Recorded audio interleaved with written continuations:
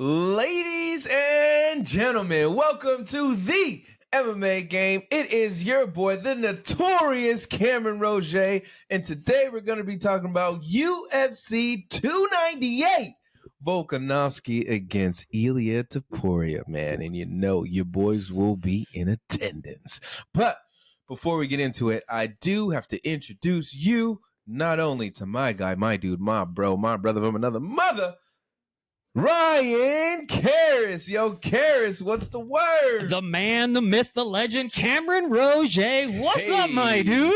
What is going on? We are blessed going on? to be in the MMA game studio again to talk about UFC 298. Yeah, and I think a good starting point would be shout out to Andy Reid. Hey, Andy Reid.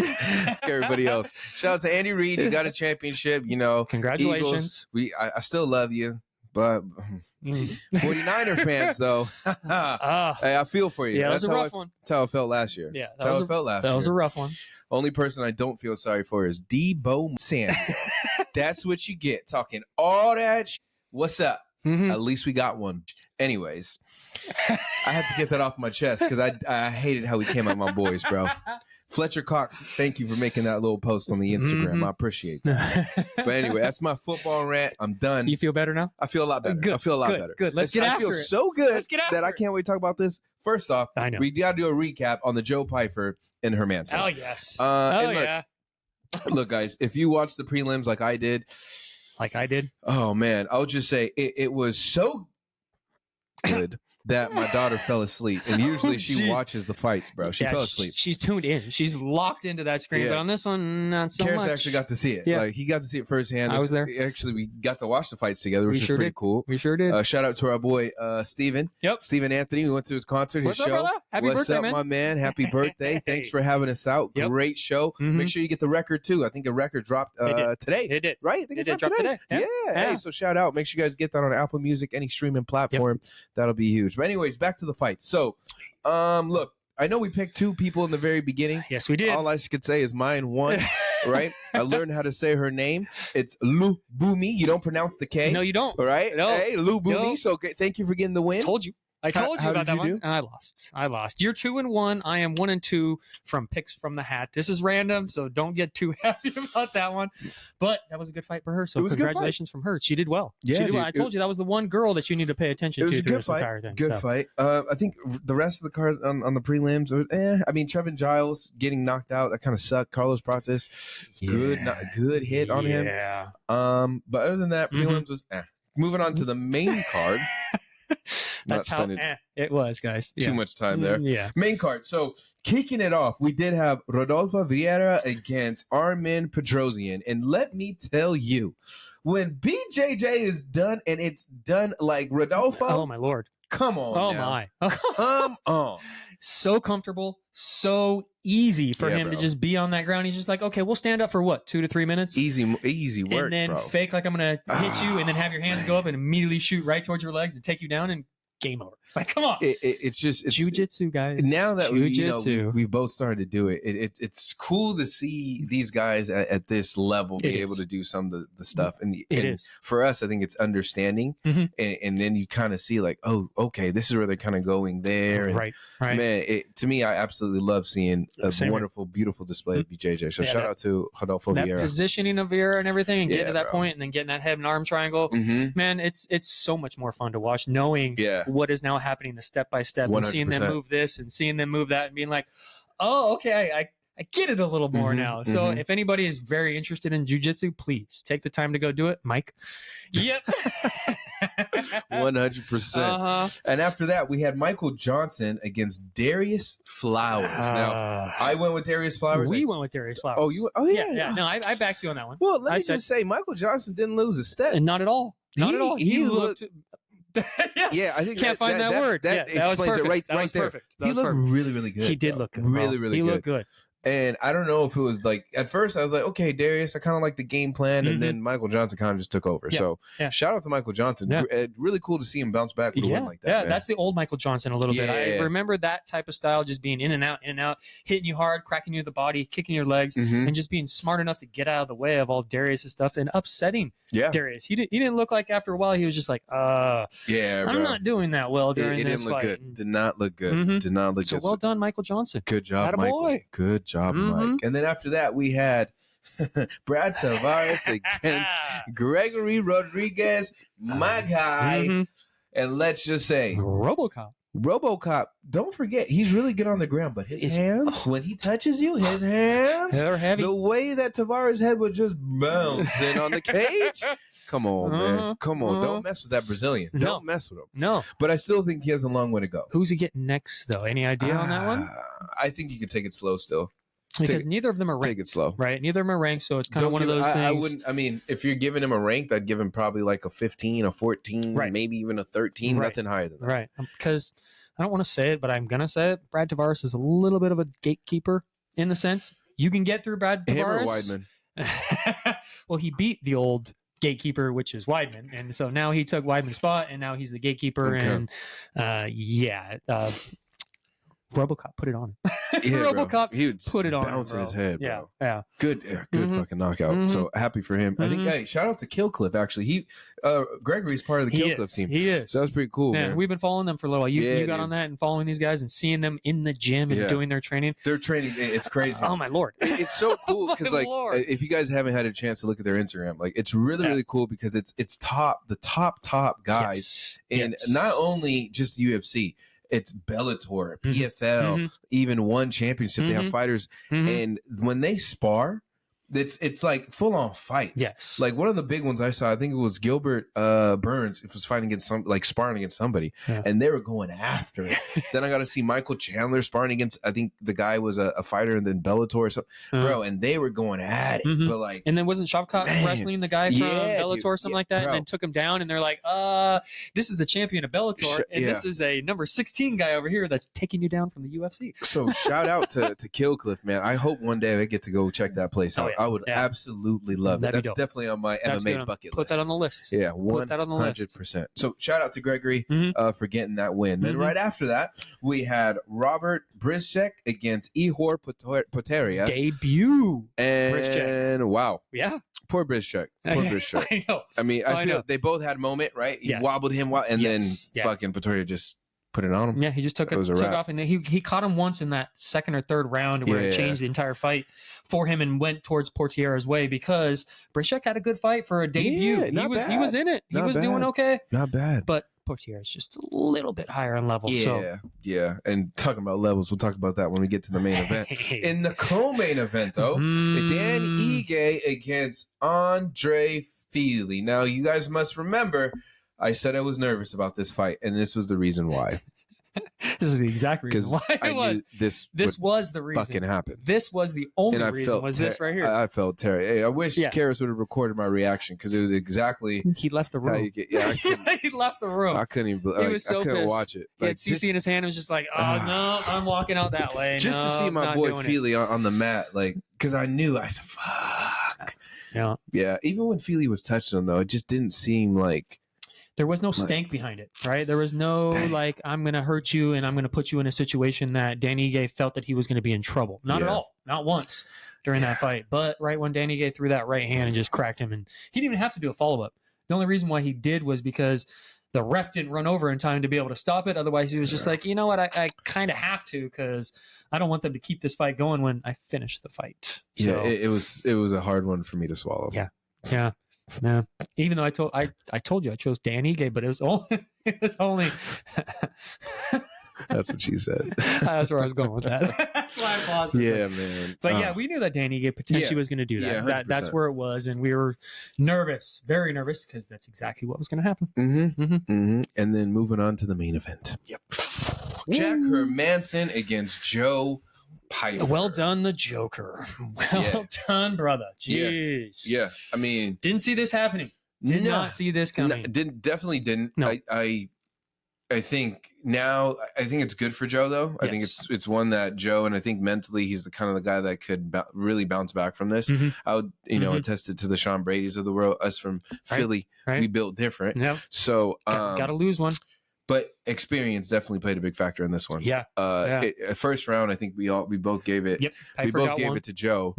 But it was after getting out of that round, you could just see it just changed. Yes. And Jack started figuring out timing. Yep. He started figuring out spacing. He figured out his exits. Yep. And it became where Joe, I think you said it. Joe was limited. He was very head hunting heavy. Yes. And his leg compromised, right? After the second round, like I told you, he got kicked in that leg and he stepped on it funny. And we're like, he didn't like that leg kick. And then he switched stances like right after we were talking about that too. And I think that's something Jack maybe saw early and kept attacking it and just letting him know I see it and touching it. And it really just, fuck, dude. It was hard for me to see because I did not expect to see Joe get beat up like that. Yes. Yeah. And I thought if Joe's gonna get beat, he's one that I think he just goes out like a Sean Strickland, like on his back, like on a sword. He's out. Yeah, he's done. Just see him. Unfortunately, I hate saying this. He got outclassed. He did. He got outclassed by the more experienced fighter. Number 11 in the world. Yeah. There's a reason why he's the number 11. A reason why he has that number. And 100%. I had said during the fight that Joe Pyfer was a little bit too one-dimensional, right? He kept going for that left hand and that right hook over top, which he cracked him a couple of times.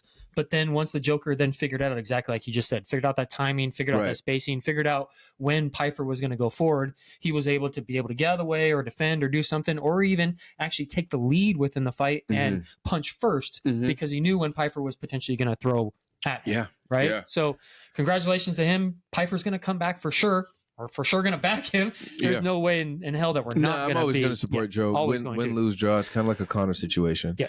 But I think he needed this fight I need to lose this fight, kind of like Brady. Do you think since he couldn't take down Jack, remember we had talked about that? He couldn't take him down. Do you think mentally it kind of was like, oh fuck, like how am I gonna win this fucking fight? Completely. Because it just seemed like when Jack took him down, how easy was it? And Joe has very good wrestling. And keep him on the ground, very good wrestling. Yeah, he has very good wrestling. So to see that, one, I was shocked because I was like, oh fuck, that he might have bit off a little bit more than he could chew right now because Jack was all over him. Or the UFC was biting off a little too much from him, being like, we're going to throw you into this water and see if you can get past this test. And unfortunately, he didn't pass that test. Yeah, well, I mean, the UFC was obviously banking on Joe. Yeah.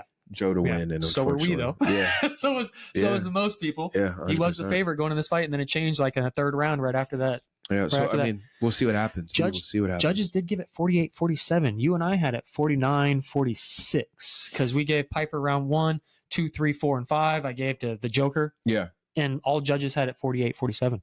So I think they gave him round 2. Who it was Lieben judging on this one because he was judging on the card. Yeah, he was. Okay, he was interesting. Well, I mean, until I get the handbook on how to judge a fight, then I could probably get better scores. I mean, they could. They could give him round 2 for sure. Like they could, but it was that close. And even Pyfer said it himself. He's like, I got round 1 and round 2, but then 3, 4, and 5 was. Yeah, even if you give him 2, like okay, I could give him 2 rounds, right? But it didn't matter. Nah, he still lost. Still lost, man. Still lost. Yeah. It's unfortunate, but it's all good. We move on from there. We do. We grow and we get better. So now. What you and I and Cariss have been waiting for, UFC 298, taking place, no, not in Vegas, no, not in Miami yet, in Anaheim, home of Mickey Mouse himself and the Mighty Ducks. Oh, yep. Yeah. Oh. Before we even get into the card, Cariss, I'm telling you right now, my man, I am so elated for this main card. I think this main card is going to be everything leading up to 300, even though we don't know who the main card in 300 is yet. Still not. I think 298 is like, it's the kickoff, like the season kickoff. Because after this, it's like good fight after good fight after good fight. Like there's no bad fights coming up. No, and then 299 is going to be an absolute banger. And that's not even fair, bro. 299 is not even fair. If you have a sporting event that day, you just better cancel. You better call in sick. Is getting every single sports fans watching 299. It is, man. But and you know what's crazy? It's right in our backyard, right in Anaheim, California, right up the street. Man, it's right there. Looking forward to that. Take that 5 freeway, right there, right there. So now in the early prelims, right, there's going to be 3 fights. So as you guys know, we're going to be pulling from a hat. So I'm going to mention these 3 fights. The first one, kicking off the fights, we're going to have Andrea Lee against Miranda Maverick in the women's flyweight division. Then after that, we have Oban Elliott. I thought it said Grant. Oban Elliott against Val Woodburn. Val Woodburn is the guy that stepped in for Blue Chip Bo Nickel and took that short notice fight. This is his first fight out of his 4-fight contract that he actually won. So good luck, Woodburn. Good luck, my dude. Good luck. And then after that, we have Josh Quinlan versus Danny Barlow in the welterweight division. So hopefully those 3 fights get this card rolling in the right direction. Because then in the prelims, first fight on the prelims, we have Zhang Minghang against Brenson Ribeiro, men's light heavyweight division. After that, in the bantamweight division, we have Rinya Nakamura against Carlos Vera. After that, we have the big boys, the heavyweight, Marcus Rodrigo de Lima against Justin Tafa. So, ladies and gentlemen, please pay attention to this. They're always heavyweights. There's a chance for a knockout within this one because Marcos Rogerio de Lima and Justin Tafa love to throw hands. They don't want to go to the ground on this fight. So please watch this fight. It's going to be a good one. That's my preliminary fight to watch, everyone. Oh, do you already have one? That's Cariss' Do you have one? Nah, not yet, because I'm about to announce it. It's going to be Amanda Lemos against Mackenzie Dern in the women's strawweight division. You guys already know how I feel about my well, actually both of them. True. But this time I'm going with Amanda Lemos because I think her hands are about to play some chin music on poor Mackenzie Dern. So definitely the co-main and the main of the prelims are definitely 2 fights you should definitely be tuning into. And guess what? It's going to really steam up this card. Yes, it is. Because in the main, actually, before we move into the main, let's pick out of the hat. Oh, forgot. Let's pick out of the hat. We got them in the hats. Let's do that. Hey, and I have another one that I want to do today. Pick yours, then I'll pick mine, then we're going to pick one for the fans. We haven't picked one for the fans, so let them pay attention to whoever they're going to pay attention to within the early prelims and the prelims.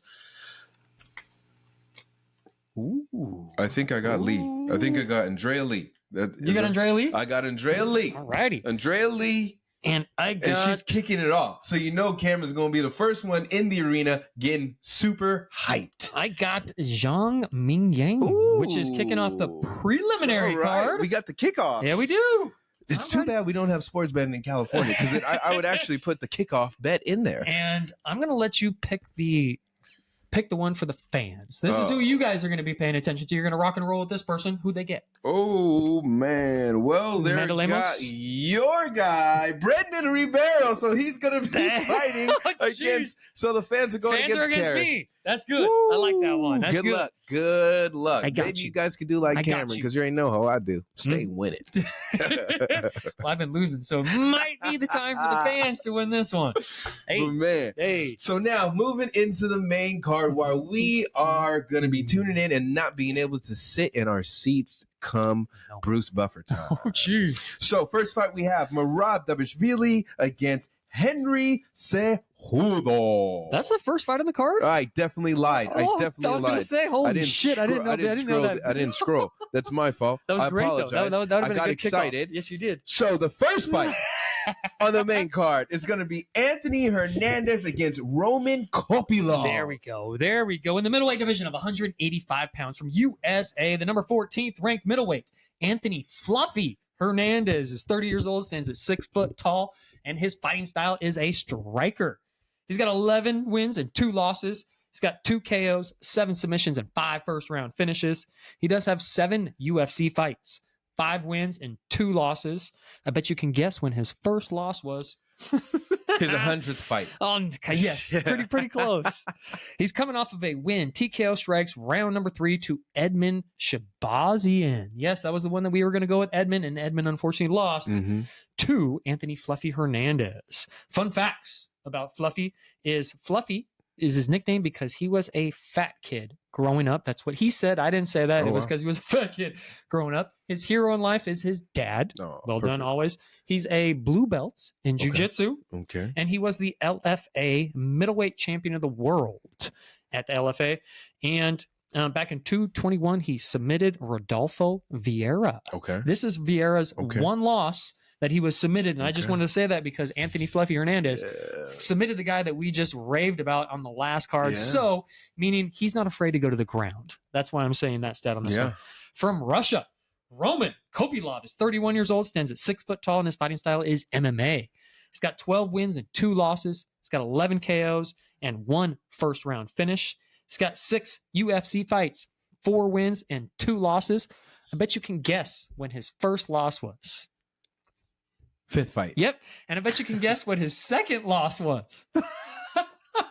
10th fight. Exactly. No, he literally lost his first 2 UFC fights, and his record is 12 wins and 2 losses. And then he's now on a 4-fight win streak. So they're both UFC. on 4-fight win streaks? Yeah. Wow. Well, not both on 4 fights win streaks, but I'm just saying they both have lost those 2. So yeah, he's on a 4-fight win streak. Excuse me. My bad.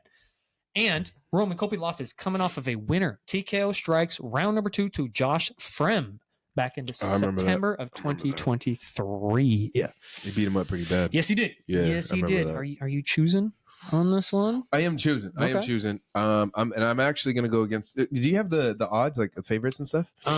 This one did not have the odds. I didn't see the odds on this one, at least for now. I'm actually gonna go with Anthony Hernandez. I was gonna go with Anthony Hernandez too. And it's because of the jiu-jitsu, because of Rodolfo Vieira. That's kind of my reasoning. I'm looking at also the takedowns. Look at the takedown averages here. 6.87 for Hernandez to Kopylov's 0.47. And he beat Vieira. Imagine that takedown and imagine against Kopylov. Ooh. So I'm going Anthony Hernandez on that one. And I think he gets it done on the ground. Good call. Second round, first round? Don't matter. He's going to get it down the ground. Ooh. Third. Okay. I just wanted to go I want a good card as we're going to be there. Yeah. So I'm going with the third. Okay. Let's go to that. Anthony Hernandez on between above Roman Kopylov. All righty. Now the one that you just said. Yeah, here we go. And Merab Dvalishvili against Henry Cejudo. Oh, I'm surprised you didn't say his nickname. Cringe. No. Because we already know. Well, actually, I'm about to say it, so it's okay. On the stats that you have for Henry, do you have that he fired his coach? No. Did he recently fire his coach? Shut up. Do we need to do the stats, or do you want to talk about that first? Well, yeah, let me talk about this first. Okay. The way he did it, it was on the UFC Countdown. It's just recently, too? Yeah, it was like they had a camera, they record, like, I think it was all staged. Sorry, speaking of that, let's watch Embedded this week, guys. I'm sorry. That's one thing we got to talk about. Watch Embedded this week. Go ahead. My bad. So, he calls him in to, like, it looks like at the Apex, where, like, the gym part. Okay. And he's like, hey, man, I just want to let you know, like, I've been working very hard. And for this upcoming camp, I'm going to go in another direction. He had this on video. Yes, bro. And then it's like his coach is sitting there like, I mean, what do you want the guy to do? He was cool with it. Like, oh, okay, like, I get it. Like, and then Henry's like, yeah, this is why he's the best coach. Like, he fully gets it. So he starts saying this is a better coach right in front of that coach? So it just left me kind of like, yo, what the fuck? Like, first off, I didn't know. I need you to do a whole show about you changing camps. Firing your coach. Yeah, I don't need that. Do you really want to put that out there and have that guy remember that for the rest of his life now that you got fired in front of a camera? Huh? Like, maybe you guys are boys. Like, that's fine. But I don't know. It kind of rubbed me the wrong way. Cringeworthy. Another cringeworthy one. Another one. He's living up to his name. I guess. He sure is. So he sure is. I'm going Merab. In the bantamweight division of 135 pounds from Georgia, the number 2 ranked bantamweight in the world, Merab the Machine Dvalishvili. He's 33 years old, stands at 5'6", and his fighting style is freestyle. He is the favorite in this fight at -198. Attaboy Merab. He's got a record of 16 wins and 4 losses. He's got 3 KOs, 1 submission. He's got 11 UFC fights, 9 wins and 2 losses. Jesus. He's coming off of a winner to Peter Yan decision back in March of 2023. That was a good fight. It was a good fight. Some fun facts about Merab is he's a 9-fight win streak currently. He was discovered on Dana White's Looking for a Fight. That's number 2. That's the second person I've said this year. My age? Yeah. He's 32 years old. Excuse me, 33 years old. Some fun facts about Merab. Sorry. His hero in life is Mike Tyson. He's got a black belt in judo. Okay. And his old job was he was a construction worker. Okay. Sounds about right. So, from USA, the number 3 ranked bantamweight in the world, Henry Triple Cringe Cejudo is the underdog of this fight at +164. Yeah. He's 36 years old, stands at 5'4", 5'3", and he's a wrestler. Is his fighting style. He's got 16 wins and 3 losses. He's got 8 KOs, 5 first-round finishes. He's coming off of got 13 UFC fights, 10 wins and 3 losses. He's coming off of a decision to Aljamain Sterling back in May of 2023. Then he decided to retire and walk away from the sport. Also, his honorable mentions. Got to mention some of these fights because he has fought DJ, one of the best, twice, easily one of the best ever. Joseph Benavidez, TJ Dillashaw, Marlon Moraes, and Dominic Cruz. Yeah. So he's been through a list, guys. Been through a list. He's fought some good guys, man. He's fought some real good guys. Guess what? I don't give a shit. Yeah. I'm right there with you. We're going the machine. We're going the machine. Look, and just, we're not just basing this off of his UFC, how he fired the coach. No. Absolutely not. No. And this is why I think Henry's going to lose. He didn't beat Aljamain. No, he did not. Who's Aljamain's bestie? Fucking Merab. You don't think Aljamain is going to tell Merab how to get it done? You don't think they got a game plan? Like, Merab's going to put in some work on poor Henry. Oh, yeah. And I just hope Henry's ready for it. Like, his wrestling is going to get tested. Yes, that's what I was about to say. His wrestling is going to get tested. And this guy, again, what's Merab's nickname? The Machine. Exactly. That means he's going to keep fucking going. Like the Energizer Bunny. And if Henry isn't ready to go into those deep waters, it could get this one could get nasty. I think that's what's going to happen, bro. It could end bad. Yeah. Bad for fucking Henry. I think he's going to make him, I don't want to say embarrass him, but he's going to make him look bad, right? Merab's just going to kind of stay on top of him, I think, and just kind of hold him there a little bit and make Henry have to fight out of those positions and just get himself in a worse spot. Yeah, I think, I don't see a finish, though. That's my only caveat. Yeah. I don't know if I see a finish. Do you see one? Finish, no. But I think it could be a legit beatdown. Yes, it could. It could be a legit. I could see this 4-1 or 5-0. Ground and pound, beat him down. Yeah. My best case scenario for Henry is this is a 3-2. Yeah. Right, and Merab still beats him. But this isn't going to stay on his feet, guys. I don't think this is standing. This is going to the ground, and it's going to be a wrestling match. Yeah. But the next fight is definitely going to be standing because we have Geoff, Neal, and the return of Ian Machado Garry. So what? From the welterweight division of 170 pounds, from USA, the number 8 ranked welterweight, Geoff Hands of Steel Neal. He's 33 years old, stands at 5'11", and his fighting style is a striker. He is the underdog of this fight at plus 200. He's got 15 wins and 5 losses, 9 KOs, 2 submissions, and 6 first-round finishes. He's got 10 UFC fights, 7 wins, and 3 losses. He's currently coming off of a submission round number 3 to Shavkat back in March of 2023. Some fun facts about Geoff Neal is he has a jiu-jitsu blue belt, so you might be able to take him, bro. His hero in life is his dad. His previous job was he was a bartender. Okay. And some honorable mentions was he has fought Bilal Muhammad, winner. Remember the name. By the way, Mike Perry, Wonderboy Stevens, loss. Neil Magny, loss. Santiago Ponzinibbio, win. And Vicente Luque, winner. From Ireland, Ian Garry is the favorite in this fight at -245. Yeah, I agree with that. I'm going with Geoff Neal, Hands of Steel Neal. That's where we're going with this one. Yes, ladies and gentlemen, you like all the stats on that one? Yeah. I'm actually going Ian Garry. I'm going Ian Garry on this one.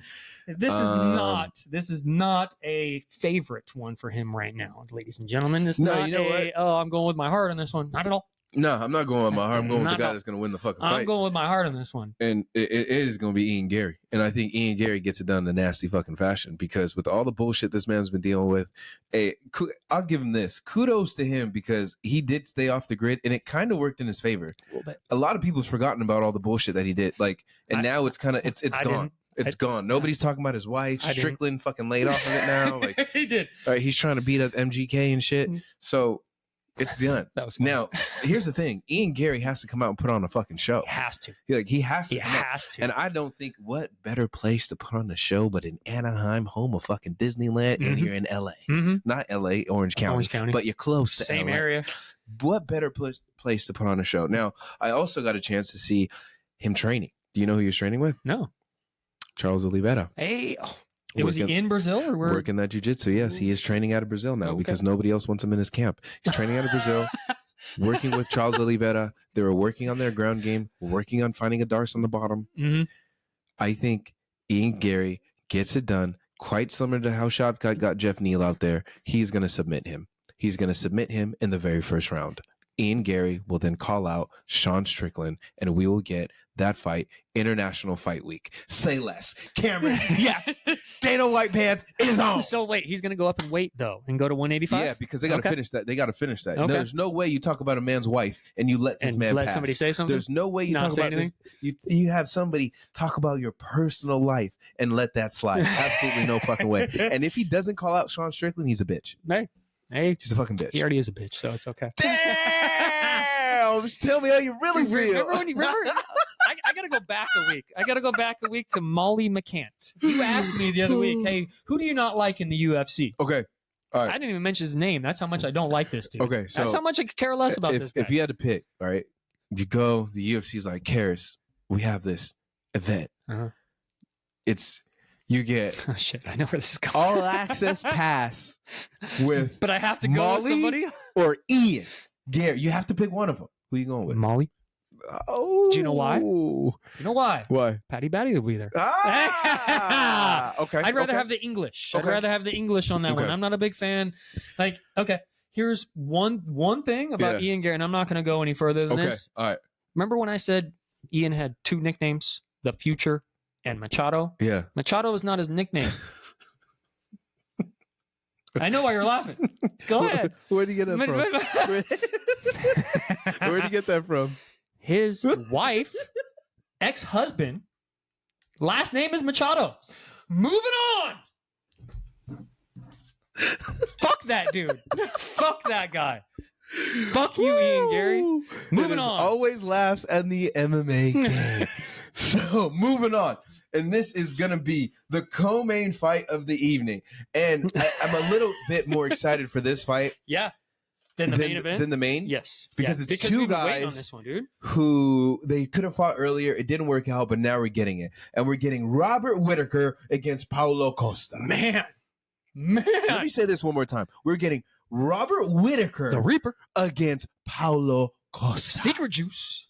Ooh. Take it away, Hey, in the middleweight division of 185 pounds from Australia, the number 3 ranked middleweight in the world, Robert the Reaper Whittaker is the favorite in this fight at negative 205. He's 33 years old, stands at 6 foot tall, and his fighting style is Brazilian Jiu-Jitsu. He's got 25 wins, 7 losses, 10 KOs, 5 submissions, and 2 first-round finishes. He does have 20 UFC fights, 15 wins, and 5 losses. He's currently coming off of a loss, TKO strikes, round number 2 to DDP back in July of 2023. Some honorable mentions about who the Reaper has fought. We have Uriah Hall, Yoel Romero, Izzy, multiple times, Darren Till. Yes. Oh, I remember. Oh, man, that one broke my heart, bro. And I love me some Darren Till. Because Darren Till was potentially winning bro. that. Yep. Jared, your favorite last name? Cannonier. Thank you. Well done, brother. I learned it. Kelvin Gastelum and Marvin Vittori. Sorry, bro. He's been through the list of people. Some fun facts about Robert the Reaper Whittaker is he was born in New Zealand and raised in Australia. Okay. He's got a black belt in jiu-jitsu, karate, and hapkido. And his previous job was he was apprenticeship for an electrician at a railroad company, Railcorp. Interesting. Wow. Yeah, it's a new one. From Brazil, the number 6 ranked middleweight in the world, Paulo Secret Juice Costa. His real nickname is the Eraser. He's 32 years old, stands at 6'1", and his fighting style is a striker. He has 14 wins, 2 losses, 11 KOs, 1 submission, and 9 first-round finishes. He's had 8 UFC fights, 6 wins, and 2 losses. He's coming off of a winner decision over Luke Rockhold back in June of 2022. I just rewatched that fight, by the way. So he's been off for a little while. He's had plenty of rests, plenty of secret juice in him to build him back up. Fun facts, as he came from Tough Brazil number 3, where he was on Team Vanderlei, which he lost in the quarterfinals. Oh, wow. And his previous job was he was a realtor, and his hero in life is Jesus Cristo. Good one. I'm going with It's a tough one, bro. I the can't pick. Reaper. I'm going with the Reaper on this That's one. I good. feel his game's a little bit more stacked to Yeah. top to bottom. I believe if anything, he's going to get in trouble. He's potentially going to take this thing to the ground Yeah. because Paulo Costa has heavy hands. Even though he hasn't knocked out too many people within his thing, that's the scary part about him. So I'm hoping that Robert Reaper takes this to the ground, chokes him out, and then moves on. Yeah, guys, I don't think I could pick on this one. I don't think so. It's not a short notice. You don't have that. You don't have But that option. You're a if little I disclaimer. do have to go with a winner, I too will go Robert Whittaker. All right, good. I just think for the weight division, the weight class, it's a lot funner with Robert in there. I feel It is. and It I is. just feel like at some point we are going to be seeing Robert Whittaker against Boateng. Hey, I don't know why. I've Hey. always, whenever I saw Boateng and I saw how he beat Izzy, Yeah. I always felt like Robert's going to be the guy that's just going to say, "Guys, I got this. I got this. I got But the this." thing is, it's 185 versus 205 these days. Do you think that Brazilian Listen, we Terminator don't- would we just don't- step back down? We don't know what's going to happen with 300, We right? don't. They could do Izzy again. So, and you always keep hearing Boateng either at 185 or at 205. Right now, he's at 205. We've also heard him going up to heavyweight, True. right? So we also heard right him maybe now, come back and fight DDP to be I able feel to like win that one. he's that guy that's kind of like the UFC really enjoy like how he's created this huge fan base, and Yeah. they're trying to figure out where he fits in best. Right now, he's Fans. a champion. Fans. Right, he's the champion of the light heavyweight, so obviously they're going to keep him there. But you never know; they could do another BMF belt, and now we have Robert Whittaker against Boateng. They could.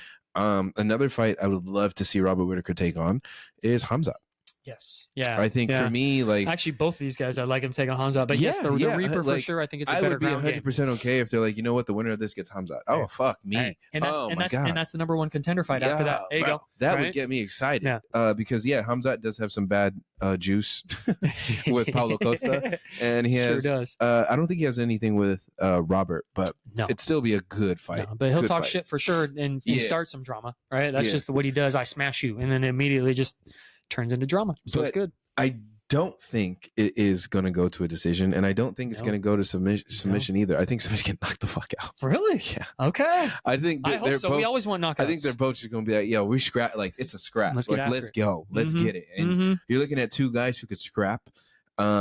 Maybe Paulo probably has a little bit of a chin. Hopefully he doesn't drink too much wine the night before and he's able to handle the fight. Excuses. We heard that with Izzy. Easy. Because Robert's gonna bring it, and after his last loss, where I think everybody was shocked, I think Robert's gonna be game. Yeah. He's gonna be game. Yeah. And a game Robert is scary, Mm-hmm. scary as fuck. Mm-hmm.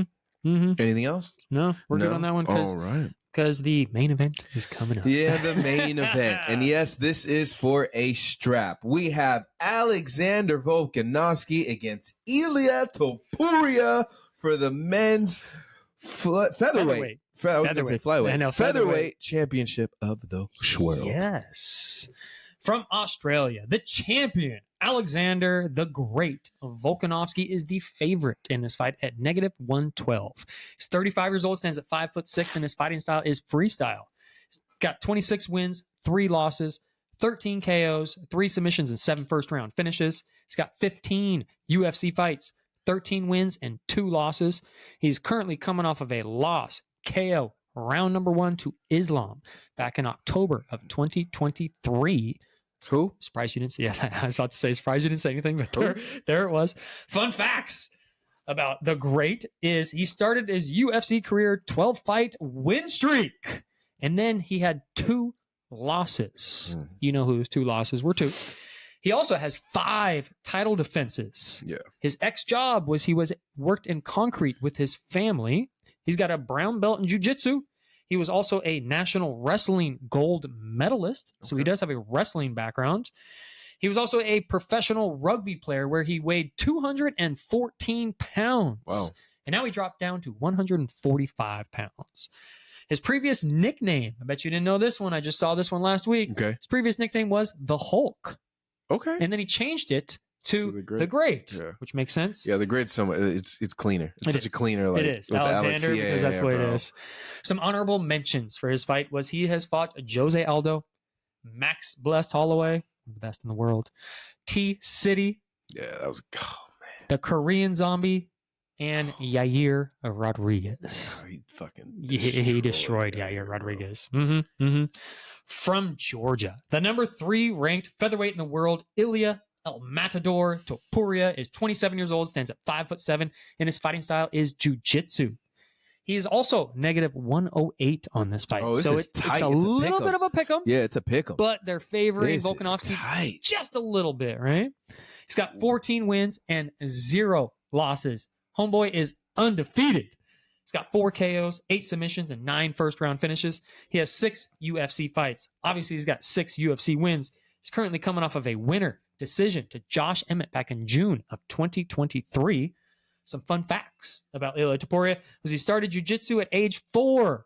Damn. Now he is a black belt. Obviously, he's a black belt. They didn't say whether he's first degree, second degree, or third degree. See, I wish my parents would have put me in this shit when I was younger. We had that conversation the other day, being like, I wish I would have put this like way. I wish I would have done this 10 years ago, bro.